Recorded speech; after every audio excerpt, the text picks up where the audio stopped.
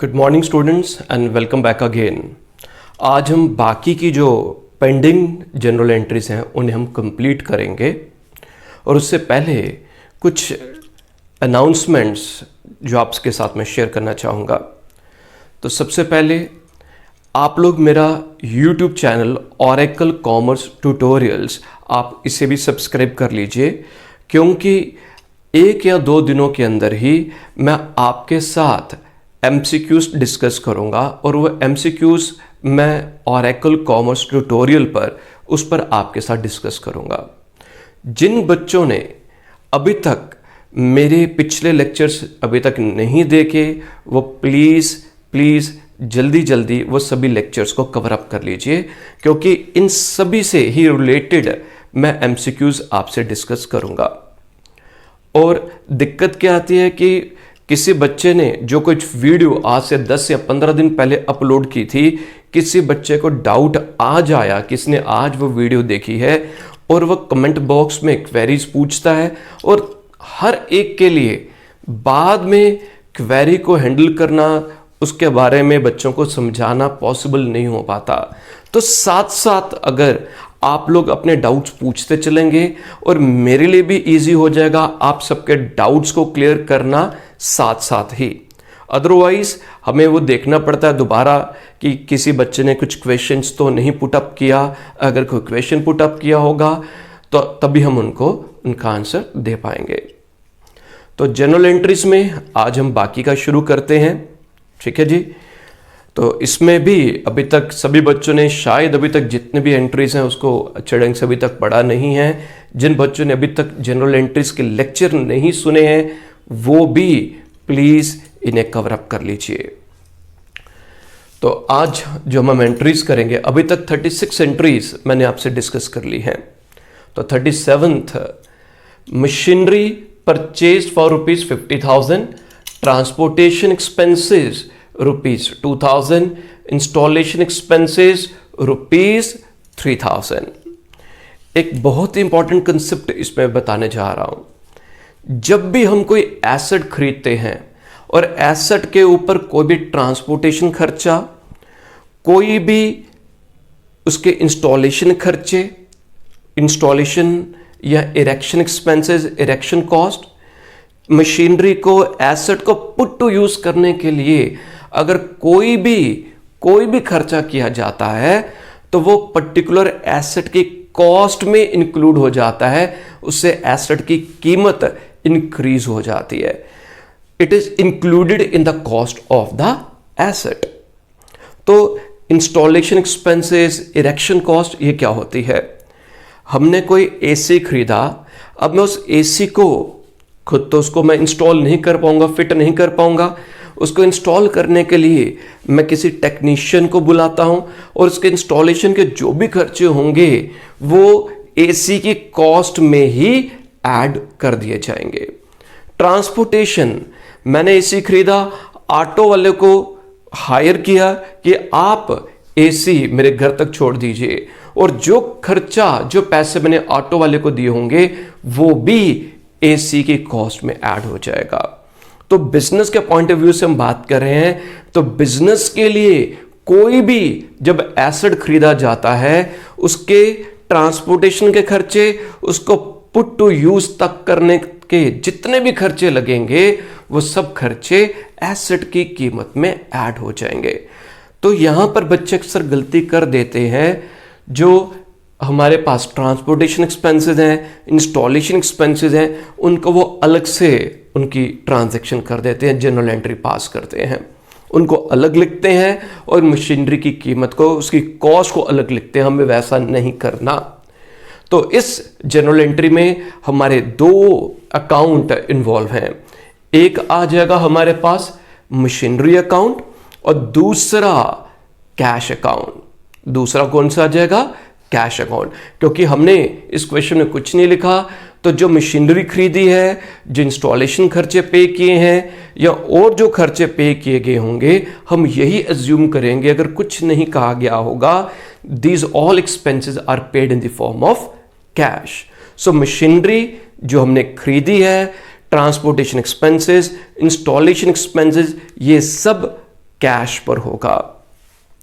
तो मशीनरी कौन सा अकाउंट हो बच्चों, कौन सा है जी, एसेट। मशीनरी इज एसेट और कैश भी एसेट है, कैश भी एसेट है। जब हमने मशीनरी खरीदी एसेट इंक्रीज हो गया, जब मशीनरी खरीदी एसेट इंक्रीज हो गया और कैश हमारा एसेट डिक्रीज हो जाएगा, कैश हमारा एसेट डिक्रीज हो जाएगा। जब एसेट इंक्रीज होता है तो डेबिट और जब एसेट डिक्रीज होता है तो क्रेडिट, एसेट डिक्रीज होगा तो क्रेडिट। अब इसमें मैं अमाउंट भी लिख देता हूं, क्या अमाउंट आएगी, तो 50 + 2 + 3, तो यहां पर मशीनरी की कीमत 55,000 आएगी। तो मशीनरी की कीमत 55,000 आएगी।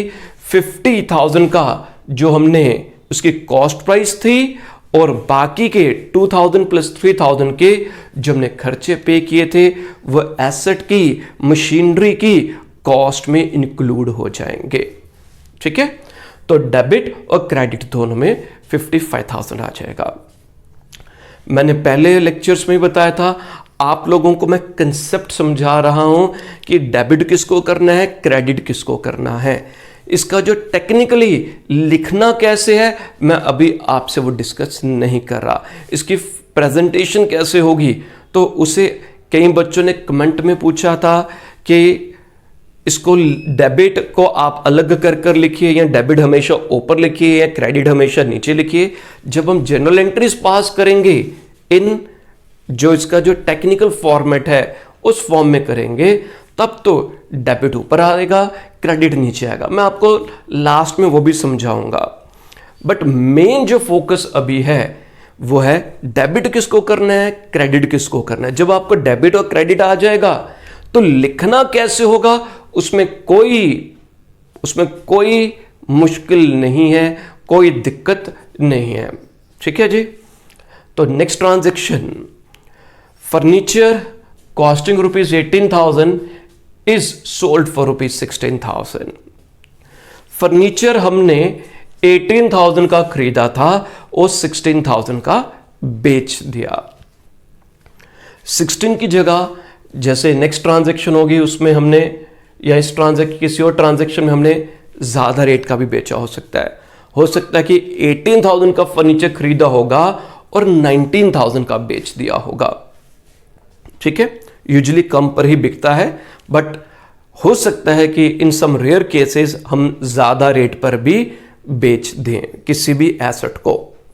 मेन जो चीज समझाने जा रहा हूं वो क्या चीज आ जाएगी कि जब हम एसेट को बेचते हैं तो बेचने पर हमें प्रॉफिट भी हो सकता है, लॉस भी हो सकता है, और हमें इस प्रॉफिट या लॉस को अपने बुक्स में शो करना होगा। हमें इस प्रॉफिट या लॉस को अपनी बुक्स में शो करना होगा। अब इसमें डाउट क्या आएगा, कई बच्चों का डाउट जो होगा पिछले लेक्चर में वो पूछ सकते हैं कि सर अब बताइए, आपने पहले हमें समझाया था कि हमने एक ट्रांजैक्शन की थी, गुड्स कॉस्टिंग ₹3,000 सोल्ड फॉर ₹3,500। हमने 3,000 की को गुड्स खरीदी थी और 3,500 की बेची थी। हमने उसमें कोई प्रॉफिट या लॉस को नहीं शो किया। मैंने शायद उस लेक्चर में बताया हो, जब हम जिन गुड्स में हम डील करते हैं अगर हम उन्हें बेचते हैं, चाहे उन्हें हम प्रॉफिट पर बेचें या लॉस पर बेचें, हमें उस प्रॉफिट और लॉस को for the time being ignore कर लेना है, उसे अकाउंट फॉर नहीं करना। जितने का बेचा हमें सिर्फ सेल को लेना है, हमें सिर्फ सेल को कंसिडर करना है। जिन प्रोडक्ट्स में, जिन गुड्स में बिजनेस डील करता है हम उनका प्रॉफिट निकालते हैं, पक्का निकालते हैं बच्चों, मगर वो profit at the end of the year जब हम अपनी फिनेंशियल स्टेटमेंट्स बनाएंगे, जब हम ट्रेडिंग अकाउंट बनाएंगे, जब हम प्रॉफिट लॉस अकाउंट बनाएंगे, तब हम उस प्रॉफिट को फाइंड आउट करते हैं। मगर एसेट्स के केस में हमने फैसला ऑन द स्पॉट, अगर प्रॉफिट है या लॉस है उससे हमें शो करना है, क्योंकि हमारा बिजनेस एसेट्स को बेचने का नहीं है। एसेट्स को बेचा क्यों? हो सकता है खराब हो गया, पुराना हो गया, हमें कुछ मॉडिफिकेशन करने की जरूरत पड़ गई, वो फर्नीचर, वो मशीनरी अब हमारे यूज में नहीं है, तो इस कारण से हमें वो बेचना पड़ा होगा। ठीक है, तो अगर हम एसेट बेचेंगे तो एसेट बेचने पर अगर कोई प्रॉफिट या लॉस होगा, उस प्रॉफिट या लॉस को हमने फाइंड आउट करके शो करना होगा।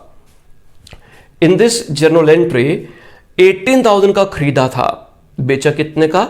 16,000 का, तो 2,000 रुपीज का लॉस हो गया।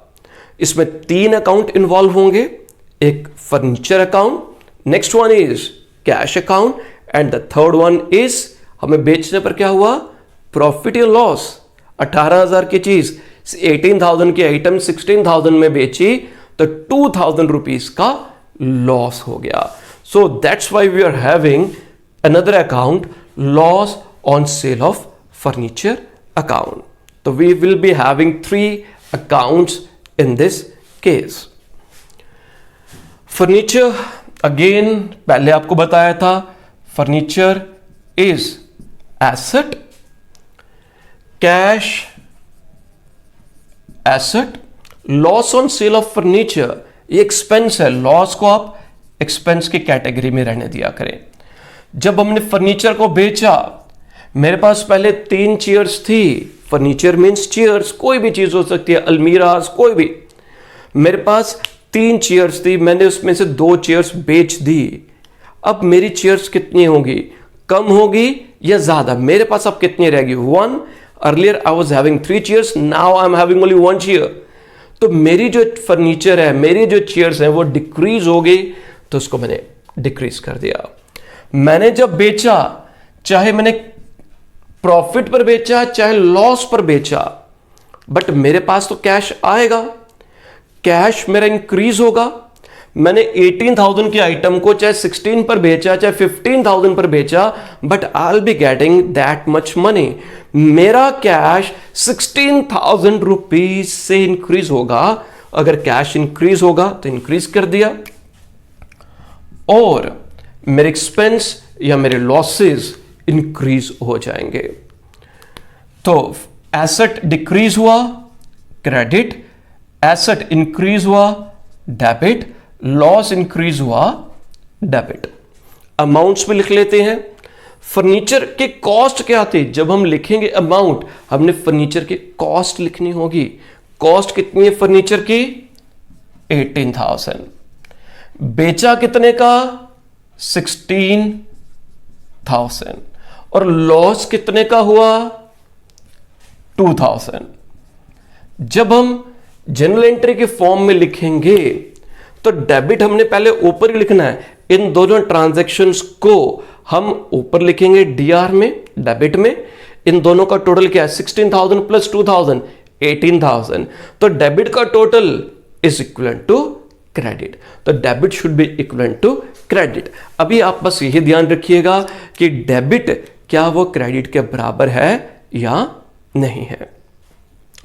नेक्स्ट ट्रांजैक्शन, एक स्टेप और जो अभी मैं समझा रहा हूं उसे एडवांस, नेक्स्ट स्टेज। अब इसमें क्या आ गया? हमने एसेट को बेचा, for example almost same, furniture costing rupees 18,000, sold for rupees 16,000, यहां तक सेम था। बट इसके साथ एक और आइटम इसमें जुड़ गई है, brokerage on sales rupees 1,000। Brokerage on sales rupees 1,000 है, 1,000 रुपए की ब्रोकरेज है।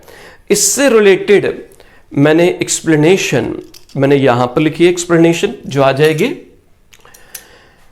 2 प्रकार के एक्सपेंसेस होते हैं एसेट्स में। एक आ जाता है expenses on purchase of asset, जो मैंने सबसे पहले ट्रांजैक्शन में आपसे डिस्कस किया था।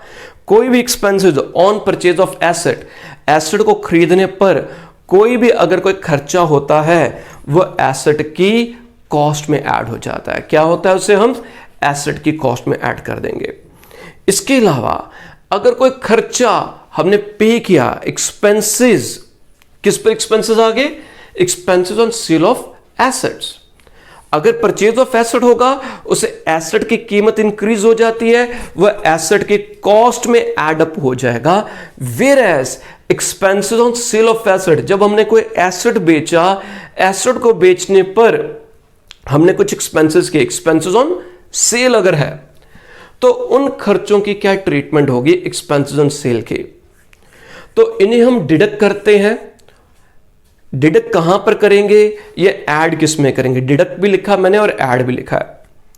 तो उससे पहले एक और चीज, जब हमने एसेट्स को बेचा होगा, एसेट्स को हमने हो सकता है प्रॉफिट पर बेचा हो और यह भी हो सकता है कि हमने एसेट्स को लॉस पर भी बेचा हो सकता है। किस पर बेचा हो सकता है, लॉस पर भी बेचा हो सकता है। अगर हमने एसेट्स को प्रॉफिट पर बेचा, अगर हमने एसेट को प्रॉफिट पर बेचा तब क्या ट्रीटमेंट होगी, जो एक्सपेंसेस ऑन सेल होंगे उन खर्चों को आप प्रॉफिट में से माइनस कर देंगे। समझ आया? अगर हमने एसेट को बेचा प्रॉफिट पर, फायदा हुआ, मैंने 16,000 की आइटम को 19,000 रुपीज में बेचा, फॉर एग्जाम्पल 16,000 के एसेट 19,000 रुपीज में बेचा। How much money profit I am earning 3,000 रुपी, ठीक है। और एक्सपेंसेस ऑन सेल 1,000 रुपी है, एक्सपेंसेस ऑन सेल कितना है 1,000। तो 3,000 का जो प्रॉफिट था, इस प्रॉफिट में से मैं एक्सपेंसेस ऑन सेल माइनस करूंगा। क्या करेंगे, उसको हम माइनस करेंगे। तो ये जो लिखा ना डिडक्टेड, ये जो क्या लिखा डिडक्टेड, ये कौन सा डिडक्टेड है, किसमें से होगा, ये डिडक्ट होगा profit on sale of asset. किसमें से होगा, profit on sale of asset. Whereas अगर मैंने एसेट लॉस पर बेचा, घाटे पर बेचा है, अगर एसेट मैंने लॉस पर बेचा होगा और एक्सपेंसेस ऑन सेल भी होंगे, तो जो एक्सपेंसेस ऑन सेल होंगे वो उस लॉस में ऐड हो जाएंगे और मेरा लॉस ज्यादा हो जाएगा। वो जो एक्सपेंसेस ऑन सेल हैं वो लॉस में, जो ऑलरेडी लॉस था, 15,000 के एसेट मैंने 13,000 में बेचा, 15,000 के एसेट 13,000 में बेचा, मेरे को 2,000 का लॉस हो गया। और एसेट को बेचने पर 1,000 के एक्सपेंसेस भी आए, तो वो जो 1,000 के एक्सपेंस है वो 2,000 के लॉस में क्लब हो जाएगा, ऐड हो जाएगा। अब हमारा जो टोटल लॉस होगा वो 3,000 रुपीज का हो जाएगा। कितने का हो जाएगा, 3,000 का। तो loss on sale of asset जो होगा उसे क्या करेंगे, हम ऐड कर देंगे अगर हमने एसेट को लॉस पर बेचा होगा। अब यही जो चीज मैंने आपको भी समझाई है, इन्हीं को अब मैं आपको जनरल एंट्रीज में समझाता हूं और बहुत आराम से आपको समझ आ जाएगी। कोशिश नहीं कह रहा कि कोशिश करूंगा, मुझे पता है आप लोगों को समझ आ जाएगी, ठीक है। तो मेरे प्यारे से अच्छे अच्छे बच्चों, कोशिश करो आप लोग समझने की, मैं तो पक्का समझा दूंगा। Furniture costing ₹18,000 is sold for ₹16,000। 18,000 का फर्नीचर कितने में बेचा, 16,000 में बेचा। कितने का लॉस हुआ, 2,000 rupees. And brokerage on sales 1,000। तो ब्रोकरेज जो 1,000 है, ब्रोकरेज क्या होता है, brokerage means selling expenses, commission on sales. हमने किसी को ब्रोकरेज, हमने किसी ब्रोकर को, मैंने किसी बीच में को मिडिल मैन को अपॉइंट किया कि भाई मैंने अपने फर्नीचर बेचना है, ठीक है ना। तो मिडिल मैन मैंने जो हायर किया उसने मेरे फर्नीचर को बिकवा दिया और उसने कहा कि बदले में मैंने आपको अपनी सर्विसेज दी, आपका फर्नीचर मैंने सेल आउट करवा दिया, मेरे को क्या मिलेगा। तो उसको जो हम पैसे देंगे, कमीशन देंगे, उसे हम ब्रोकरेज कहते हैं। तो इसमें एक कैश अकाउंट इन्वॉल्व है, ठीक है बच्चों। कैश कौन सा अकाउंट है, it is asset, it is asset. Furniture भी एसेट है। Loss on sale of furniture expense. Asset, मैंने जब फर्नीचर बेचा कैश इंक्रीज हुआ तो एसेट को हमने इंक्रीज कर दिया, फर्नीचर कम हो गया डिक्रीज कर दिया, और मेरे एक्सपेंस इंक्रीज हो जाएंगे, ज्यादा हो जाएंगे, इंक्रीज कर दिया। अगर एसेट इंक्रीज हो रहा है तो उसे हम डेबिट करेंगे, एसेट डिक्रीज हो रहा है तो क्रेडिट करेंगे, एक्सपेंस इंक्रीज हो रहे हैं तो डेबिट कर देंगे। अगर एक्सपेंस इंक्रीज हो रहे हैं तो डेबिट कर देंगे। अब मेन जो पार्ट है इस क्वेश्चन का, वो मेन पार्ट है अमाउंट का। आपको अगर एमसीक्यू में आ जाता है क्वेश्चन तो वहां पर आपसे यह पूछा जाएगा कि बताइए लॉस में कितनी अमाउंट डेबिट होगी या कैश में कितनी अमाउंट डेबिट होगी। इन दो से रिलेटेड हो सकता है। फर्नीचर तो क्रेडिट कितने से होगा, जितने की उसकी कॉस्ट उतने से ही क्रेडिट होगा जितने का कॉस्ट, कितना फर्नीचर की कॉस्ट है 18,000 का फर्नीचर जिसकी कीमत 18,000 बेच दिया तो फर्नीचर कितने से कम होगा, वो तो 18,000 से ही कम होगा। ठीक है, तो फर्नीचर में तो मेरे प्यारे से अच्छे बच्चों 18,000 ही आएगा। अब जो नेक्स्ट बताने जा रहा हूं थोड़ा ध्यान से समझिएगा। कितने का लॉस हुआ था हमें, 18,000 में से 16 और 16 का तो 2,000 का लॉस हुआ, और ब्रोकरेज ऑन सेल्स 1,000, तो टोटल लॉस कितना हुआ। अगर हम एसेट को लॉस पर बेच रहे हैं और एक्सपेंसेस ऑन सेल भी है तो एक्सपेंसेस ऑन सेल लॉस में ऐड हो जाता है। क्या होता है, ऐड। तो 2,000 प्लस 1,000 कितना आ गया जी, 3,000। ठीक है, अब कैश, कैश कितना डेबिट होगा, हमें मिला कितना। बच्चे गलती क्या करते हैं, वो क्या करते हैं कि 18,000 का जो फर्नीचर था 16,000 में बेच दिया तो कैश कितना मिला, 16,000। वेरी सिंपल, बट यहीं पर क्रॉस।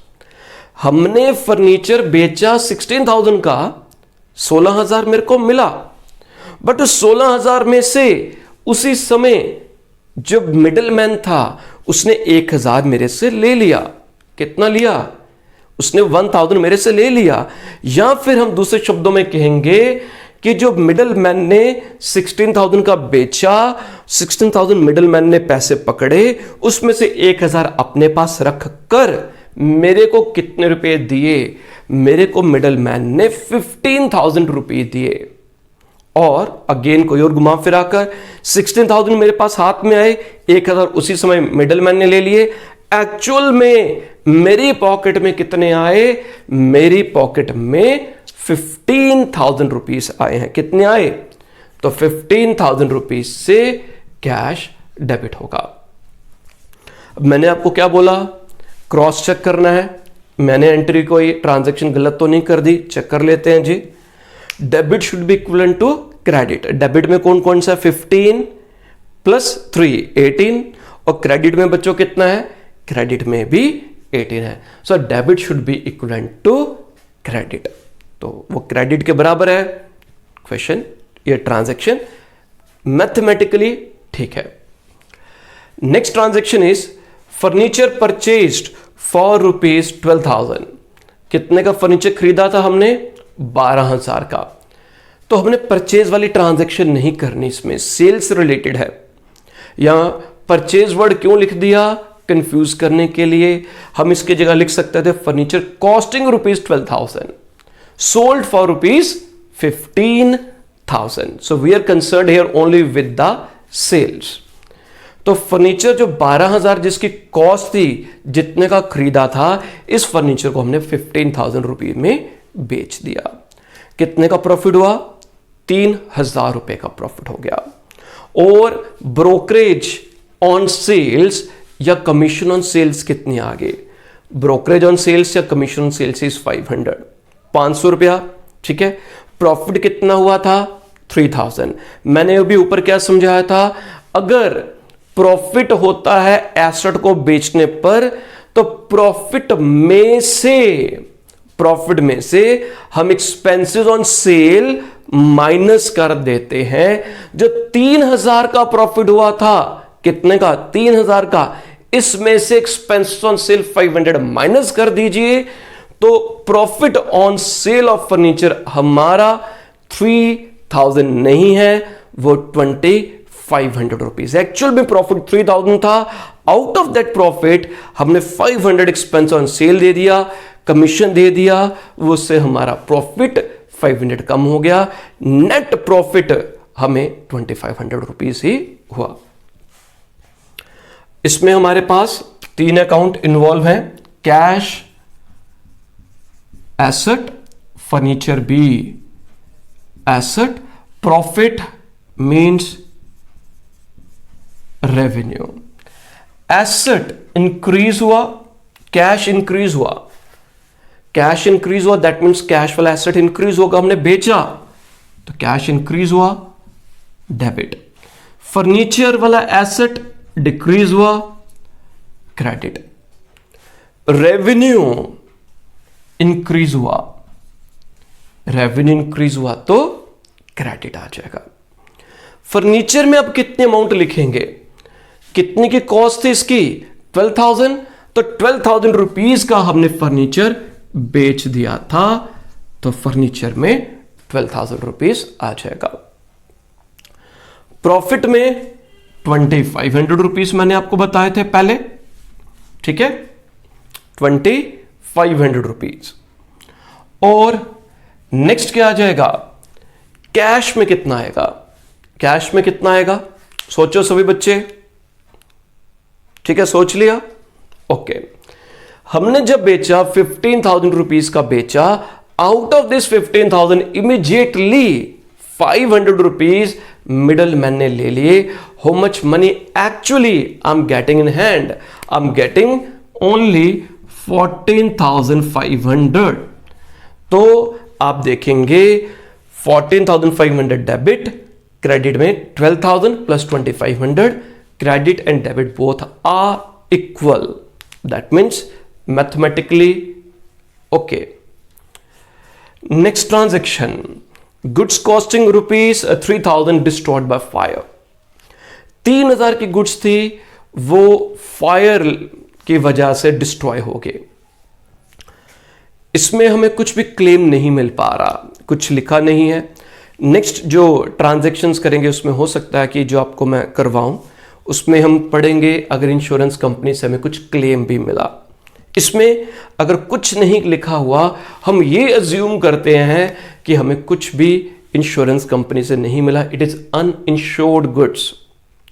तो 3,000 की जो गुड्स थी वो टोटल हमारी डिस्ट्रॉय हो गई, टोटल लॉस हो गया। तो loss of stock by fire एक ये अकाउंट बनेगा। मैंने आप लोगों से पहले डिस्कस किया था ड्राइंग्स, जब हम गुड्स विड्रॉ करते हैं पर्सनल यूज के लिए, हमने जब चैरिटी दी या फिर फ्री सैंपल्स दिए, तो उन केसेस में मैंने आपको बताया था जब हम गुड्स को वैल्यू करते हैं कॉस्ट पर, जब हम गुड्स को वैल्यू करते हैं कॉस्ट पर, तब हम परचेजेस अकाउंट यूज करते हैं। तो यहां पर जब मेरी गुड्स डिस्ट्रॉय हुई, उसकी कॉस्ट कितनी थी? उसकी कॉस्ट है बेटा 3,000। कितनी कॉस्ट है उसकी? 3,000। वो आग लगने की वजह से डिस्ट्रॉय होगी। तो मैं जब बोलूंगा मेरे को लॉस कितने का हुआ, मेरे को लॉस 3,000 रुपीज का हुआ। मैं ये बात नहीं बोलूंगा कि 3,000 की कॉस्ट थी बट इस पर मैंने टैग 5,000 लगाया था, मैंने 5,000 का बेचना था, मेरे को 5,000 का लॉस हुआ, वो गलत होगा। हम जब लॉस को अकाउंट फॉर करेंगे तो कॉस्ट पर वैल्यू की जाती है, और जब भी कॉस्ट पर करते हैं तब हम परचेजेस अकाउंट लिखते हैं, ठीक है। या फिर एक और एक्सप्लेनेशन से, तो जब गुड्स मेरी डिस्ट्रॉय हुई तो कितनी परचेजेस जो मैंने गुड्स की थी वो कम हो गई। कितनी गुड्स जो मैंने परचेज की थी कम हो गई? 3,000। मेरे पास 10,000 गुड्स पड़ी थी जो परचेज की थी, आग लगने से 3,000 वाली परचेजेस वो कम हो गई, स्वाहा हो गई। तो मेरी परचेजेस कितनी कम हो गई? जो परचेज मैंने गुड्स की थी कितनी कम हो गई? 3,000 से। तो जब कॉस्ट की बात आएगी, कॉस्ट पर वैल्यू करना है, तब हम परचेज अकाउंट यूज करते हैं। तो लॉस ऑफ स्टॉक बेटा एक्सपेंस है और purchases account be expense. Expense increase हुआ और यहां पर एक्सपेंस डिक्रीज हुआ। जब एक्सपेंस इंक्रीज होगा डेबिट, एक्सपेंस डिक्रीज होगा तो क्रेडिट, एक्सपेंस डिक्रीज होगा तो डेबिट। ठीक है जी, आप इसका स्क्रीनशॉट ले लीजिए, फिर इसके बाद मैं नेक्स्ट ट्रांजैक्शंस आपसे डिस्कस करता हूं।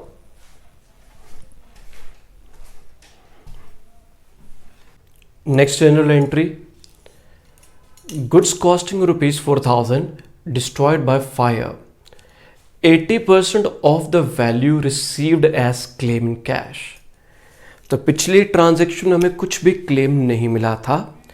इस ट्रांजैक्शन में क्या आ गया कि हमारी जो 4,000 की गुड्स डिस्ट्रॉय हो गई, इसमें से 80% का हमें क्लेम कैश में मिल गया।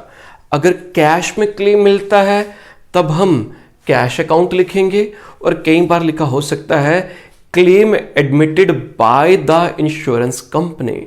अगर क्लेम इंश्योरेंस कंपनी के द्वारा एडमिट किया जाता है तब कैश की जगह हम इंश्योरेंस कंपनी का नाम लिख देंगे। ठीक है, अब इसमें हमारे 3 अकाउंट इन्वॉल्व हैं। पहला कौन सा आ गया? Cash account. हमें क्लेम मिला, हमें क्लेम मिला है, कैश में मिला हमें क्लेम। ठीक है, तो एक आ जाएगा हमारे पास cash account, cash is asset.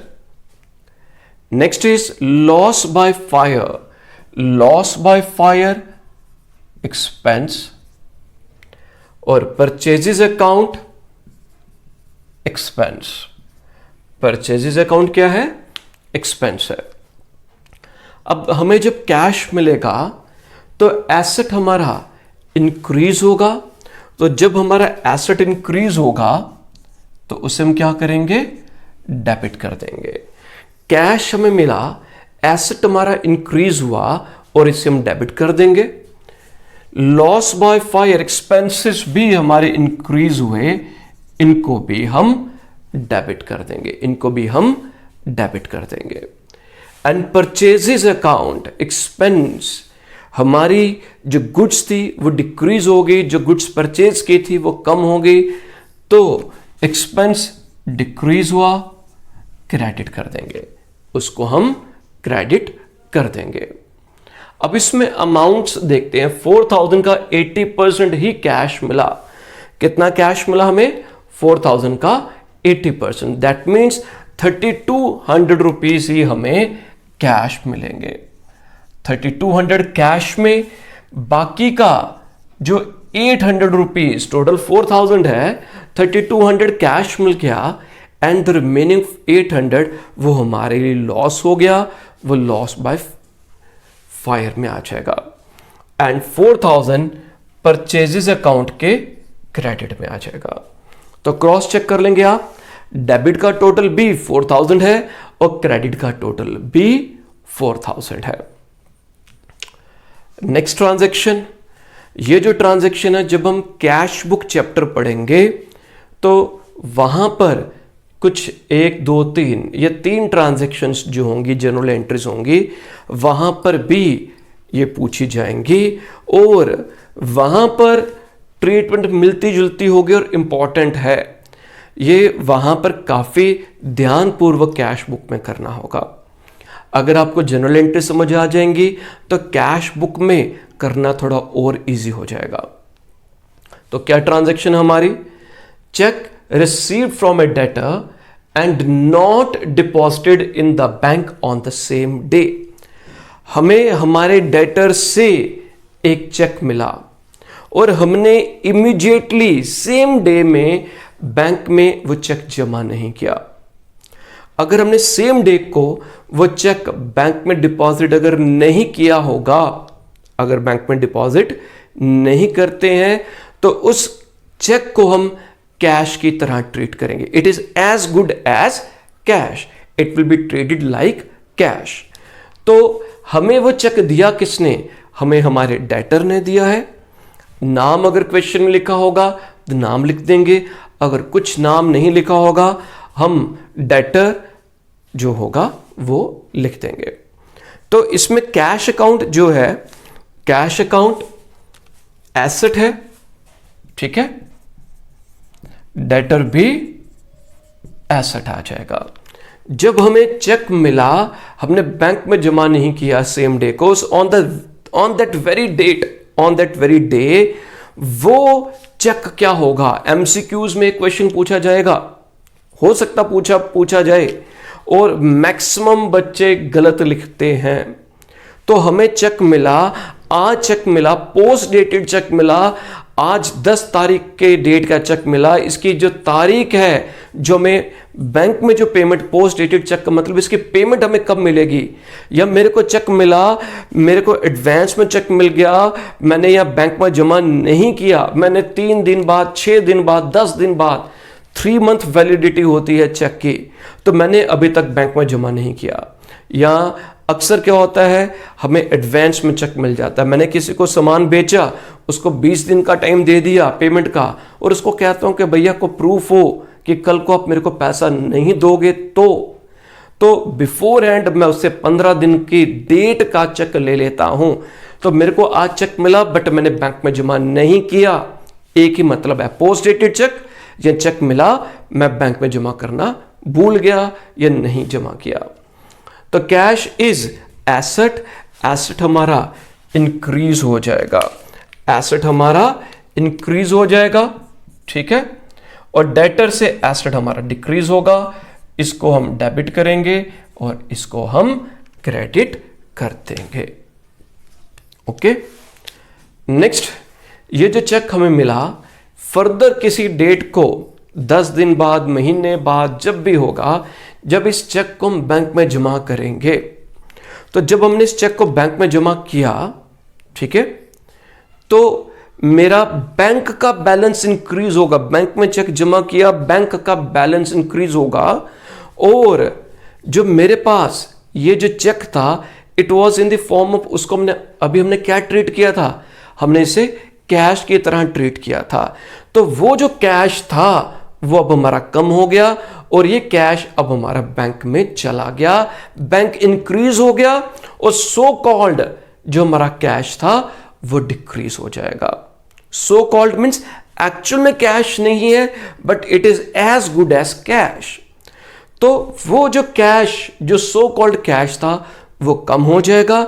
जब ये चेक बैंक में जमा होगा, बैंक में हमारा बैलेंस इंक्रीज हो जाएगा। तो इसमें 2 ट्रांजैक्शंस इन्वॉल्व हैं। एक आ जाएगा हमारे पास bank account which is asset, and next one again asset है, कैश है, वो भी एसेट आ जाएगा। बैंक का बैलेंस इंक्रीज होगा और कैश का बैलेंस डिक्रीज होगा। डेबिट एंड क्रेडिट, डेबिट और क्रेडिट।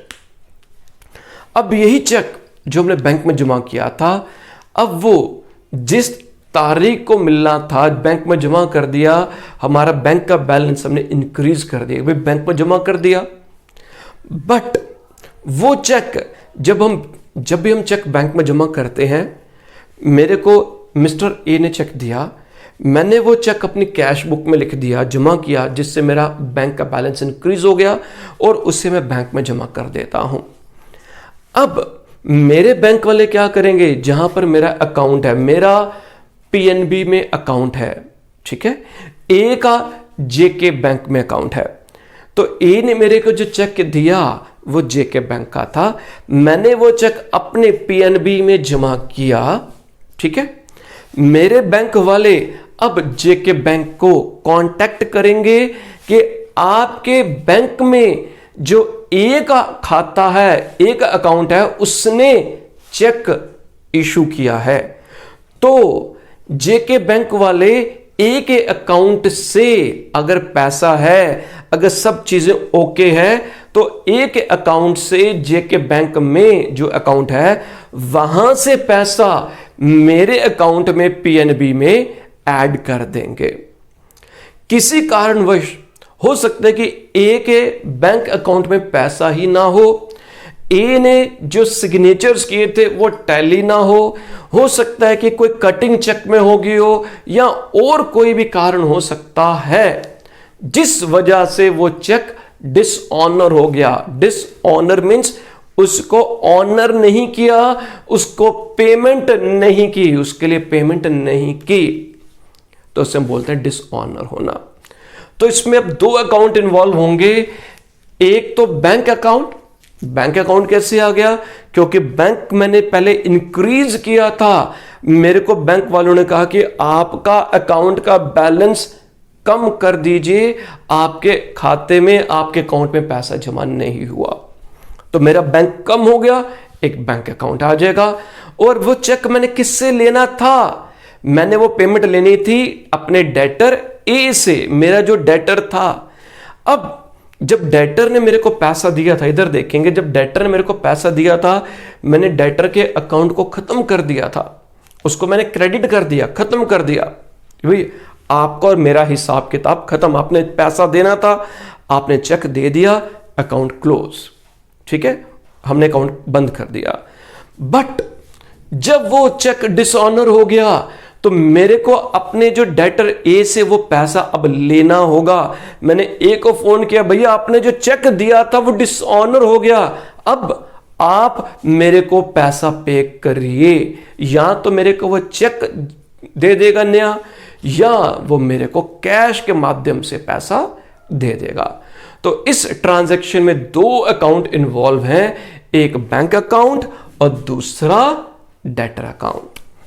डेटर एसेट है, बैंक भी एसेट है। जो डेटर वाला हमारा एसेट है, अब हमने डेटर से पैसा लेना है, तो डेटर हमारा एसेट अब इंक्रीज होगा। मैंने पैसा लेना है, प्रॉपर्टी है, तो मेरा एसेट इंक्रीज होगा, तो उसको इंक्रीज करेंगे, दैट मीन्स डेबिट। और बैंक में मेरा बैलेंस कम हो गया, मेरा एसेट डिक्रीज हुआ, उसे हम क्रेडिट कर देंगे। Next is loan taken from bank. हमने बैंक से लोन लिया, तो इसमें दो अकाउंट इन्वॉल्व होंगे। जब मेरे को बैंक से लोन मिलेगा तो बैंक मेरे को मेरे अकाउंट में पैसा जमा कर देगा। मेरा अकाउंट होगा बैंक में, अब वो मेरे को कैश नहीं देगा। बैंक जो लोन होगा वो मेरे को कैश नहीं पकड़ा देगा। वो क्या बोलेंगे बैंक वाले, आप हमारे बैंक में अकाउंट ओपन करिए और जो लोन होगा आपको हम जो पैसा देंगे वो आपके बैंक अकाउंट में हम जमा कर देंगे। किसमें जमा कर देंगे? आपके बैंक अकाउंट में जमा कर देंगे। वो इसलिए क्योंकि जब मेरे को लोन रिपे करना है तो मुझे बैंक के अकाउंट में ही तो पैसा जमा करना होगा ना, जो मेरे को रिपे करना है। तो बैंक वाले जब हमें पैसा देंगे, बैंक वाले जब हमें पैसा देंगे तो वो मेरे बैंक के अकाउंट में जमा करेंगे। किस में जमा करेंगे? मेरे बैंक के अकाउंट में जमा करेंगे। तो इसमें क्या आ जाएगा? एक बैंक अकाउंट आ जाएगा और एक बैंक लोन आ जाएगा। दूसरा क्या आ जाएगा? Bank loan. Bank is asset. Bank क्या है? बैंक इज एसेट और bank loan is my liability. Bank is loan is my liability because I am suppose to pay money to the bank. मैंने bank से loan लिया, bank loan is my liability.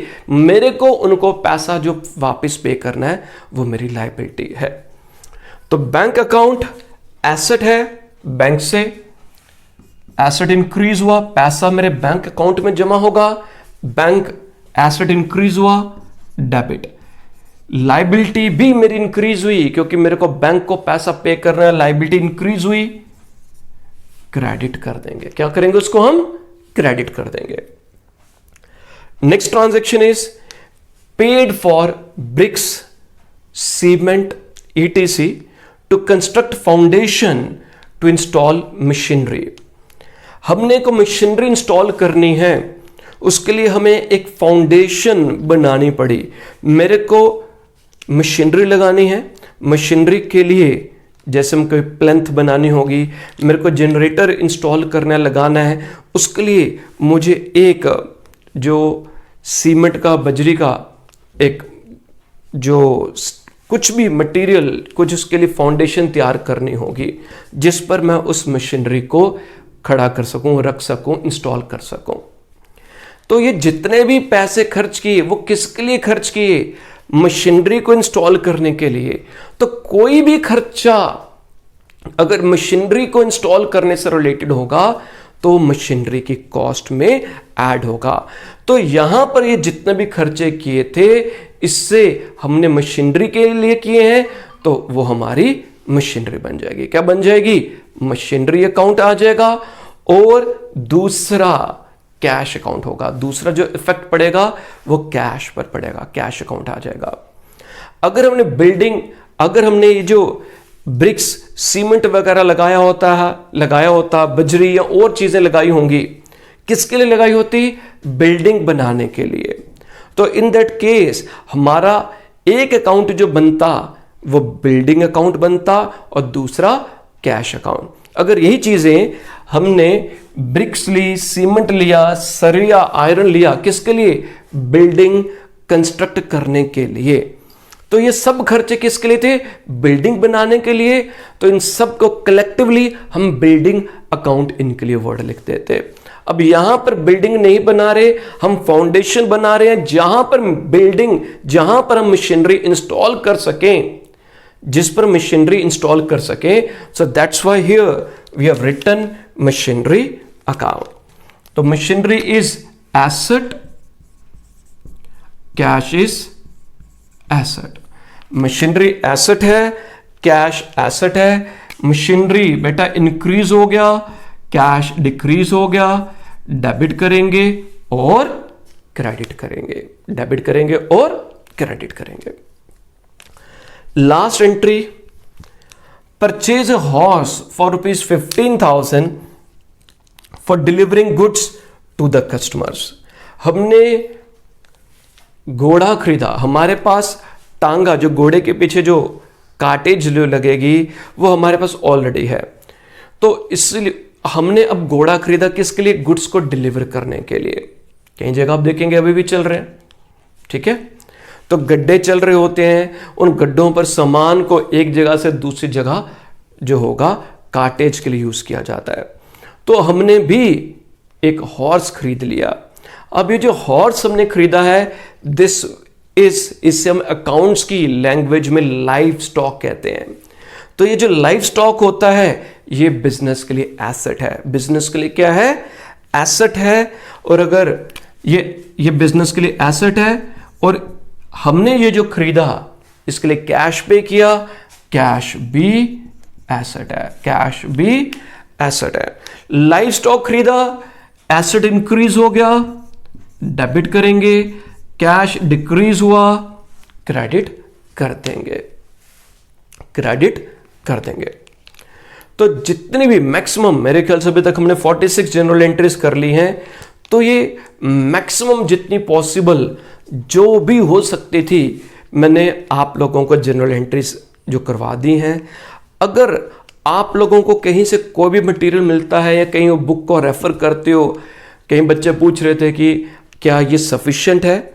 Sufficient है, but still आप लोग 11th 12th, main 11th की, 12th का सिर्फ partnership है, तो आप 11th की कोई भी बुक रेफर कर सकते हो, सीबीएसई की बुक रेफर कर सकते हो, स्टेट बोर्ड की बुक रेफर कर सकते हो। आपके आस पड़ोस में आपका कोई कज़न होगा, आप उनसे बुक ले सकते हैं पढ़ने के लिए, रेफरेंस के लिए। और देखिए क्या इनके अलावा अगर आप कुछ प्रैक्टिस के लिए एंट्रीज देख सकते हैं, आप गूगल में सर्च मारिए, वहाँ से आपको कुछ और कोई जनरल एंट्री से रिलेटेड मटेरियल मिल जाता है। अगर वहाँ पर आपको कोई जनरल एंट्री समझ नहीं आती, आप वो क्वेश्चन हमसे पूछ सकते हैं। अदरवाइज जितना मटेरियल मेरे को लगता था सफिशिएंट है, इन्हीं से रिलेटेड घुमा फिरा कर क्वेश्चंस आएंगे। आपको अगर कंसेप्ट क्लियर है आगे दिक्कत नहीं आएगी, ठीक है। तो मैंने जो पहले आपसे कुछ चीज़ें शेयर की थी मैं दोबारा रिपीट करना चाहता हूँ एक बार दोबारा आपसे, कि कई बच्चों ने कुछ सजेशंस दी थी, कुछ दिख नहीं रहा है, कोई कई बार लाइट हो जाता है। तो जब वीडियो को थोड़ा सा कंप्रेस किया जाता है तो कई बार जो इसमें कलर है वो थोड़े से फेड हो जाते हैं। अब इन चीज़ों पर कोशिश करेंगे, इस वीडियो में कोशिश कर रहा करेंगे हम कि वो लाइट ना हो। दूसरा जो पॉइंट कि नोट्स या मटेरियल के लिए, तो बहुत जल्द आप लोगों को जो इसका जो थेरेटिकल पार्ट के पीडीएफ जो है वो मैं आपको प्रोवाइड कर दूंगा। नेक्स्ट, आप लोगों के जो अगले डाउट्स हैं एमसीक्यूज से रिलेटेड हैं, एमसीक्यूज जितने भी होंगे वो मैं आपसे डिस्कस करूंगा अपने चैनल पर, ओरेकल कॉमर्स ट्यूटोरियल। इस वीडियो में आपको लिंक मिल जाएगा इसका, आप मेरे चैनल को सब्सक्राइब करिए। और मेरा जो टेलीग्राम चैनल भी एक है ओरेकल कॉमर्स ट्यूटोरियल वाला, तो अगर वहां पर भी आप आ सकते हैं, ठीक है, उसमें कोई दिक्कत नहीं है। उसमें मैं क्विज कंडक्ट करूंगा। जो आपको नोट्स हैं वो आपको SSS में भी उसकी पीडीएफ मिल जाएगी। मेरे कॉमर्स ट्यूटोरियल का जो ओरेकल कॉमर्स ट्यूटोरियल का टेलीग्राम चैनल है उसमें भी पीडीएफ मिल जाएगी अकाउंट्स की। एमसीक्यूज जो होंगे, मैं सबसे पहले क्या करूंगा, आपको कुछ थोड़े थोड़े चैप्टर्स के एमसीक्यूज दूंगा उसकी पीडीएफ, और वो डिस्कस करने से पहले आपको मैं पीडीएफ सेंड कर दूंगा दोनों टेलीग्राम चैनल्स के माध्यम से। तो आप क्या करें, जो मैं आपको पीडीएफ सेंड करूंगा उस पीडीएफ से जितने मैंने क्वेश्चन सेंड किए हैं उन क्वेश्चंस को पहले आप सेल्फ स्टडी करिए। जहां जहां पर आपको डाउट्स है उनको मार्क कर लीजिए, और फिर मैं आपसे वो पीडीएफ जो आपको मैंने सेंड की होंगी, जो एमसीक्यूज होंगे, वो आपसे मैं डिस्कस करूंगा। और उम्मीद करूंगा कि जो भी आपके जहन में डाउट्स होंगे वो सारे क्लियर कर दूं। अगर क्लियर नहीं होंगे आप अपनी क्वेरीज मेरे से पूछ सकते हैं। बट सबसे इंपॉर्टेंट चीज, आपने जो डाउट्स पूछने हैं वो साथ साथ पूछिए। मैंने वीडियो या हमने जो वीडियो अपलोड की होती है, जैसे आज बच्चों के डाउट्स 10 दिन बाद आते हैं, तो 10 दिन तक वो जो कंसेप्ट बिल्डिंग भी 10 दिन के बाद जो आपके जो डाउट्स पूछते हैं, जो पूछे जाते हैं, वो डाउट्स को हर बार आंसर करना पॉसिबल नहीं हो पाता। तो साथ साथ पूछते चलिए, साथ साथ मैं आपके डाउट्स को क्लियर करता चलूंगा। ठीक है जी, थैंक यू। घर पर रहिए, सुरक्षित रहिए। बहुत ही जो हम कहेंगे विकट परिस्थितियां बन रही हैं, तो ध्यान दीजिए अपना, सभी के सभी। Stay home, stay healthy, stay safe. Thank you, bye bye, take care.